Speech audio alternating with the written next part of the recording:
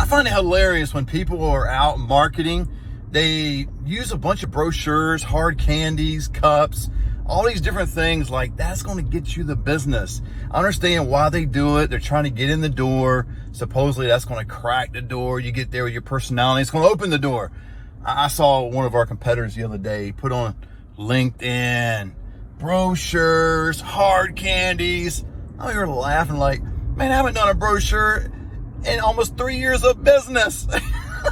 Brochure, who cares? Everybody does a brochure. In my industry, when you go to skilled nursings and all these different places, hospitals, ask how many social workers and discharge planners have brochures all in their office.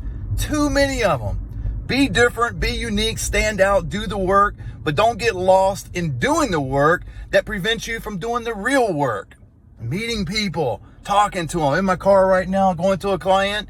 Man, this client didn't come about because of some brochure. It came about because we're reaching out to people, touching base. We're making a difference. Make a difference in all that you do. We negotiate for clients. We save them thousands of dollars. We make a difference. I know you want to as well. Don't get lost in the woods by making some damn brochure.